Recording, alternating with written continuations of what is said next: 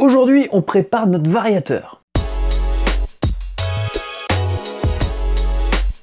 Dans les précédentes vidéos, on s'est attelé à préparer notre moteur d'origine, à faire une préparation à moindre coût, et on en a fait des choses en 6 vidéos. D'abord, on a fait le haut moteur, diagramme, sortie d'échappement, ensuite on s'est attaqué à l'admission, carburateur, boîte à clapet, boîte à air, pour ensuite faire l'allumage, régler l'avance aux petits oignons pour que ça fonctionne le mieux possible. Avec tout ça, on transmet le couple et la puissance maximale avec ce qu'on peut, avec le modèle d'origine, et avec une préparation qui nous a pas coûté grand chose pour le moment. On arrive à présent à la seule chose qu'on n'a pas encore touchée, la transmission. Et on va se faire aujourd'hui une toute petite préparation dans la transmission, c'est au niveau du variateur. Une toute petite préparation, mais qui a son effet sur le comportement du scooter, vous allez le voir. Et c'est ce qu'on va démontrer dans cette vidéo. Donc dans un premier temps, je vous propose dans cette vidéo d'aborder, comme dans toutes les vidéos qui concernent les préparations, ce qu'on va théoriquement modifier sur notre variation pour améliorer nos performances. Le matériel nécessaire, le pourquoi, le comment, enfin on va tout expliquer dans la première partie.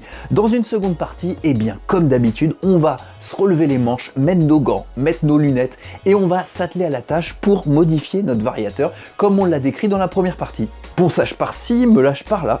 Puis dans une troisième partie, on va tester la préparation qu'on a réalisée dans la seconde partie. On va faire des courbes, on va les comparer en faisant des tests à départ arrêté comme d'habitude. Si on a le temps, on fera même peut-être une comparaison avec un variateur du marché.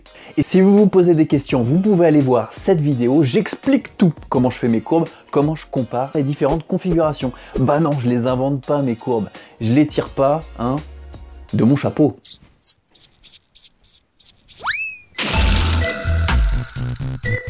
La transmission sur un scooter, vous qui avez vu tous les épisodes précédents sur le sujet, joue le rôle de boîte de vitesse automatique. Je ne vais pas vous l'apprendre. Cette transmission en fonction du régime moteur change le rapport de transmission pour transmettre aux roues le mouvement de rotation du moteur, toujours au couple maximal fourni par le moteur. Bref, si vous voulez en savoir plus, je vous invite à aller voir les vidéos qui se rapportent au sujet, notamment la vidéo sur le réglage de sa transmission. Donc le but de cette vidéo va être d'augmenter le rapport de transmission en faisant varier le rapport de démultiplication du variateur en travaillant sur un élément de la transmission pour que ce soit plus simple. On va choisir la demi-poulie mobile du variateur. Dans l'état initial, le constat est le suivant. Même à haut régime, avec un variateur d'origine, on n'utilise pas à 100% la plage de démultiplication de l'ensemble variateur correcteur de couple. Le potentiel du variateur n'est pas exploité à 100%. Pour vous montrer ça, j'ai fait tourner le moteur à vide sur la béquille centrale avec un ressort de poussée volontairement mou pour laisser la possibilité au galet de monter le plus possible dans le variateur et ainsi de constater ou non la montée totale de la courroie. Et on constate qu'il y a de la marge. Ça monte, ok, mais pas jusqu'en haut. On va arranger ça avec notre préparation. Donc pour ça, avec ce joli schéma explicatif du variateur, on va agir sur la demi-poulie mobile de deux manières. Si on veut que la courroie monte convenablement dans le variateur, il va falloir laisser les galets pousser convenablement la poulie mobile vers la poulie fixe. Donc dans un premier temps, on va s'atteler à modifier les rampes des galets pour permettre aux galets de prendre appui sur la flasque de la demi-poulie mobile pour pousser le plus possible la demi-poulie mobile contre la demi-poulie fixe pour faire monter le plus possible, encore une fois, la courroie. Avec le petit schéma, je pense que c'est assez clair. Deuxième opération, c'est bien beau de pouvoir déplacer la demi-poulie mobile de manière plus importante en ayant libéré les galets, mais bon, de toute façon, une fois que la demi-poulie mobile rencontre la demi-poulie fixe, elles ne pourront plus se rapprocher l'une de l'autre. Donc la deuxième opération va être de supprimer une partie de la partie inférieure de la demi-poulie mobile de manière à ce que les deux parties puissent se rapprocher l'une de l'autre. On va augmenter la course d'ouverture de la demi-poulie mobile. En rapprochant les deux demi-poulies, on va pouvoir augmenter au passage la hauteur de la courroie à haut régime. Et bingo, c'est ce qu'on veut. Avec une courroie à haut régime plus haute sur le variateur, on va forcément avoir un rapport de transmission plus pertinent à haut régime et donc de la meilleure vitesse de pointe. C'est QFD. Voilà. Mais bon, il y a un petit revers de la médaille. Théoriquement, nous devrions, si on augmente le rayon au niveau du variateur, diminuer le rayon au niveau du correcteur de couple. C'est théorique, la courroie est inextensible, elle ne s'allonge pas de par sa nature. Si on augmente le rayon du variateur, il faut diminuer le rayon au niveau du correcteur de couple. Ou sinon, augmenter la longueur de la courroie. c'est une option. Je pressens de toute manière que d'origine, l'utilisation du variateur n'est pas utilisée à 100%, que la courroie même d'origine permettra de monter très haut dans le variateur. Mais on se laisse cette option, si on voit que ça monte pas suffisamment, on changera la courroie par une plus longue. Bon, ça y est, vous en pensez quoi? On va prendre notre demi-poulie mobile, on va mettre d'abord nos gants, nos lunettes et on va préparer cette petite pièce pour qu'elle nous sorte le meilleur d'elle-même. Check the mic and make sure it sound right, boys.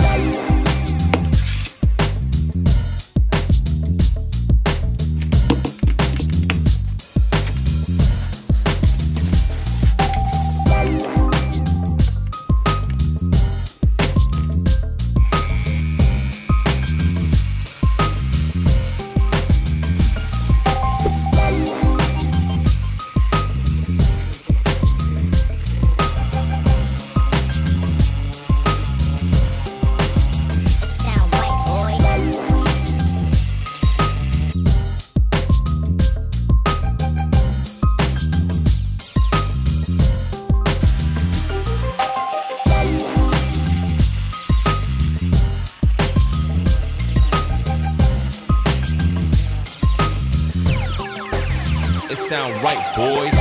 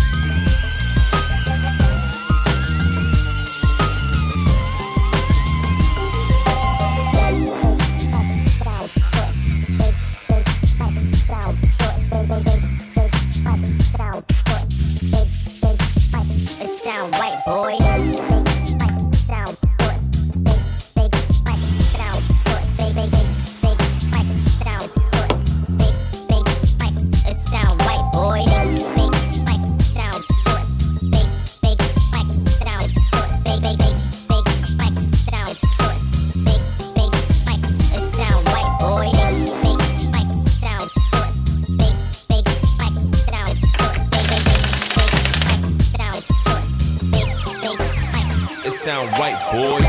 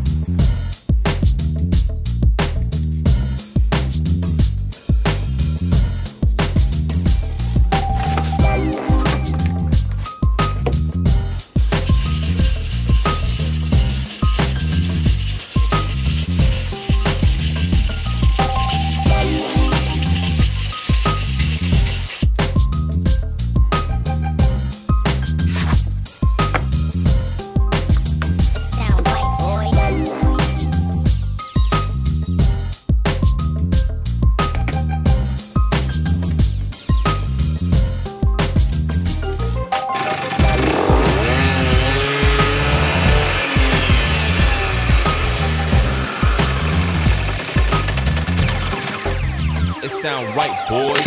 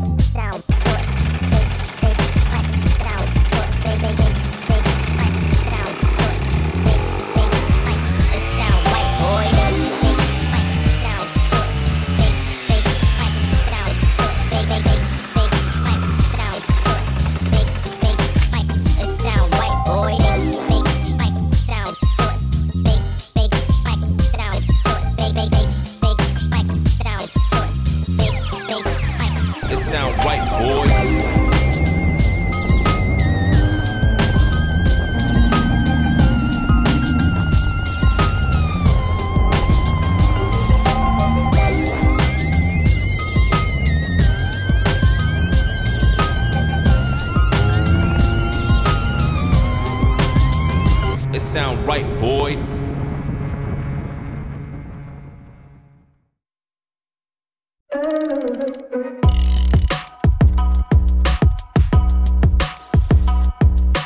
Les tests à vide sur béquille centrale ont démontré que la préparation fonctionnait. La courroie monte bien tout en haut des deux demi-poulies motrices pour garantir le meilleur rapport de transmission, le rapport de transmission optimal. Mais qu'est-ce que ça change à présent sur la route ?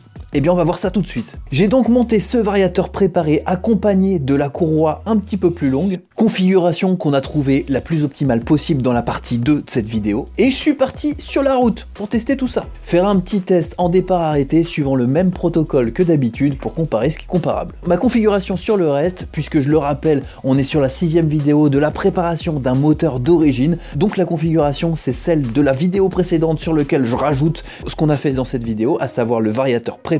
Mais je le rappelle pour ceux qui suivent pas, un moteur préparé Technics en ayant poncé la sortie d'échappement et en ayant augmenté le diagramme, en ayant poncé au préalable le haut du cylindre, une admission dopée à coup de carburateur de 21 mm, de lamelles carbone et d'une boîte à air préparée, et enfin un allumage aux petits oignons à 0,9 mm d'avance, soit 17 degrés pour un booster. Le reste est d'origine, hein. Bon, j'ai fait plusieurs tests pour obtenir les meilleurs poids de galets possibles pour la configuration qu'on a testée. J'ai obtenu des galets de 5,75 grammes, un soupçon trop lourd, vous allez le voir juste après. Mais avec ce nouveau variateur préparé avec la courroie un petit peu plus longue, on a une montée de courroie totale, ce qui nous permet d'atteindre une vitesse de pointe, comme on peut le voir sur la courbe, à 81,5 km/h, soit 4 km/h de plus par rapport à la vidéo numéro 5 qui concernait l'allumage, le test de l'allumage préparé, plus 13,5 km/h par rapport au début de notre préparation de moteur d'origine. Ça commence à être pas mal.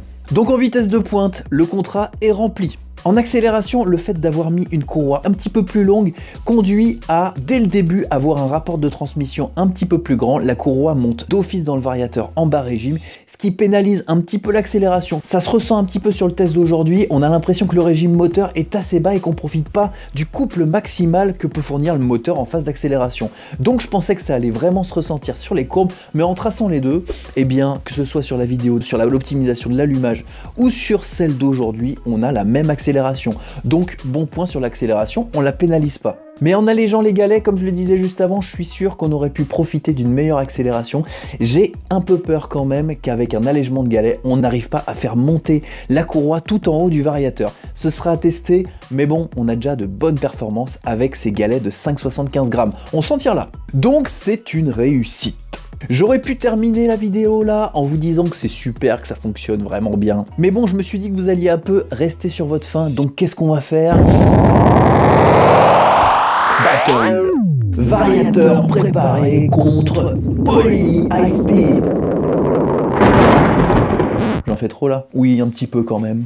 J'ai donc monté le variateur High Speed Polynic, vous connaissez bien, c'est le premier variateur que j'ai testé sur cette chaîne, et bien je devais lui rendre hommage, et je suis allé sur la route, j'ai fait exactement le même test pour voir ce que ça donne. Attention, on regarde la courbe. En début d'accélération, pareil, exactement pareil. Par contre, en fin d'accélération, on constate qu'il y a un creux dans la courbe du variateur préparé qu'on n'a pas avec le variateur High Speed. Qu'est-ce qu'on peut en déduire? Je pense que mes petites rampes de galets sont peut-être pas forcément optimales par rapport à celui du variateur High Speed Polyni. Donc je suppose que ça a une conséquence sur ce petit creux en phase de fin d'accélération. Bah ouais, en jouant de la Dremel, hein, j'ai pas un œil au laser pour faire une rampe avec un profil logarithmique, je suis désolé. Mais bon, je m'en veux pas parce que quand je regarde la fin de la courbe, et ben je suis très content parce que mon variateur préparé, il obtient 1 km/h de plus que le Polyni High Speed. Wouh! Le variateur préparé est au-dessus du High Speed. Wow. Commercialisation. Wow. Argent, fortune.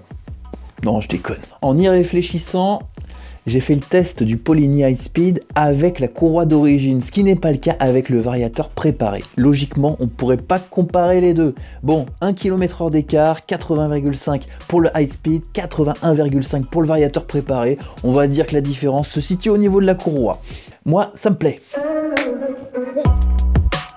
Bon bilan, une préparation qui vaut le coup. Modifier un peu ses rampes, poncer sa demi-poulie mobile et bingo, ça fait une préparation qui fonctionne. Et tout ça pour 0 €. Alors certains me diront 0 €, c'est pas vrai. Une Dremel, ça coûte 100 balles. Mais bon, une Dremel, ça coûte pas forcément aussi cher si vous prenez la Dremel premier prix, comme moi je peux avoir. Il y en a pour 25 € sur AliExpress ou Amazon. Je vous mettrai les liens en dessous et ça vous permet vraiment de faire pas mal de choses. Je vous les conseille, ces petits outils, ils sont vraiment utiles. En plus de ça, je sais même pas où elle en est la cagnotte. On avait défini notre budget pour toutes ces préparations à 1 € par jour sur toutes les vidéos qui concernent la préparation du moteur d'origine. Je sais même pas où on en est. Dans la vidéo précédente, les deux dernières sur l'allumage, on n'a pas dépensé un rond, ce qui nous fait 14 €. Avec celle-ci, 7 € de plus, ça fait 21 €. 21 € qui nous serviront en apothéose de cette série à trouver un pot de détente pour parachever cette petite préparation du moteur d'origine, parce que là le pot Cito type origine bride quand même un petit peu mon scooter. Je pense qu'avec un pot de détente ça va le libérer. On verra ça dans une prochaine vidéo. Encore faut-il trouver le pot à 21 €.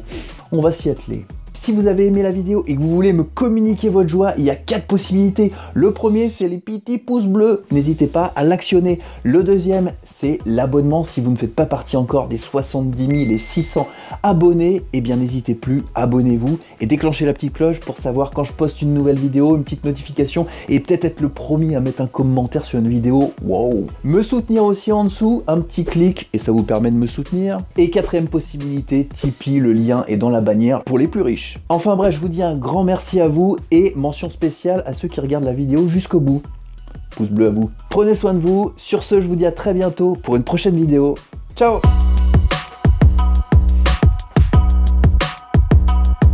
Ah, j'oubliais, comme d'habitude, si vous avez des achats à faire, j'ai un petit code promo. Il est dans la description et actuellement c'est Simon03. N'hésitez pas à l'utiliser, 5% de réduction sur tout le magasin. C'est si vous voulez, moi c'est pour vous.